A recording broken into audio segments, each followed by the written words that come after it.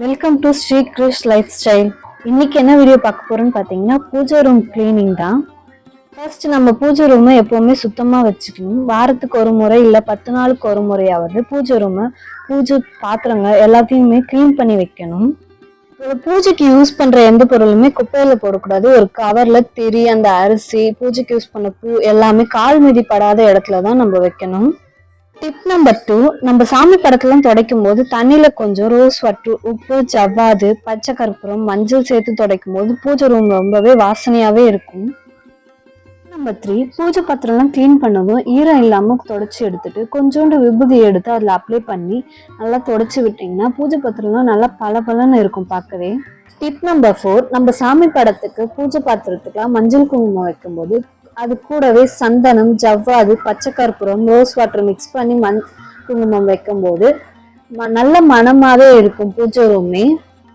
Number 5, வாசக்கால் எப்பவுமே clean பண்ணும்போது அதுல கொஞ்சம் தண்ணி, உப்பு, ஜவ்வாது, பச்சை கற்பூரம் இதெல்லாம் சேர்த்து அந்த வாசக்காலை தொடச்சி விட்டீங்கன்னா நல்ல வாசமாவும் இருக்கும்.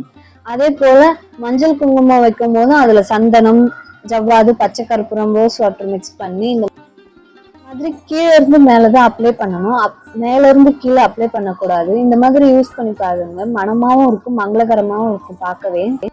6, வீட்டுல எப்பவுமே நெகட்டிவ் எனர்ஜி போய் பாசிட்டிவ் எனர்ஜியா வச்சுக்க நான் எப்பவுமே ஃபாலோ பண்ற ஒரு டிப்ஸ், உப்பு, மஞ்சள், பச்சை கற்பூரம், ஜவ்வாது எல்லாமே மிக்ஸ் பண்ணி இந்த மாதிரி ஒரு பாக்ஸ்ல வச்சுப்பேன். நம்ம எப்பெல்லாம் வீடு துடைக்கிறோமோ அப்பெல்லாம் இதை 2 ஸ்பூன் தண்ணியில மிக்ஸ் பண்ணி தொடச்சா வீடும் மனமா இருக்கும், பாசிட்டிவாவும் இருக்கும். 7, நம்ம வீட்டுல எப்பவுமே கிச்சன்ல, வாசல்ல, பூஜை ரூம்ல எல்லா இடத்துலயுமே இந்த மாதிரி மாக்குளம் போட்டா வீடே மங்களகரமா இருக்கும் பார்க்கவே. நம்பர் 8, விளக்கு 2-3 நாள்ல பச்சை கலர்ல எண்ணெய் ஊற்றின இடம்லாம் மாறிடும். அதுக்கு தசாங்க பொடி கொஞ்சம் எண்ணெயில மிக்ஸ் பண்ணி இந்த மாதிரி எண்ணெய் ஊற்றி ஏற்றும் போது அந்த கலர் மாறாம இருக்கும். அப்படி இல்லைன்னா எண்ணெய் விளக்குல கொஞ்சமா தசாங்க பொடி சேர்த்து கூட ஏற்றலாம், கலர் மாறாது. அது கூடவே பச்சை கற்பூரத்தையும் கொஞ்சம் நுணுக்கி சேர்த்தீங்கன்னா நல்ல மனமா இருக்கும் விளக்கு ஏற்றும் போது. டிப் நம்பர் 9, அடுத்து நம்ம பூஜை அறையில ஒரு கண்ணாடியில அதுக்கு முன்னால ஒரு பானையில உப்பு, பச்சரிசி, மஞ்சள், குங்குமம், காயின், காசு வச்சு வைக்கணும். அப்புறம் பூஜை அறையில கண்டிப்பா அரிசி, பருப்பு, உப்பு வைக்கணும். இது எல்லாமே கண்ணாடியில தெரியுற மாதிரி வைக்கணும். ஏன் அப்படின்னா அது நம்ம வீட்டுல சகல ஐஸ்வர்யமும் இருக்குன்னு சொல்லுவாங்க, செல்வம் செழிக்கணும் சொல்லுவாங்க.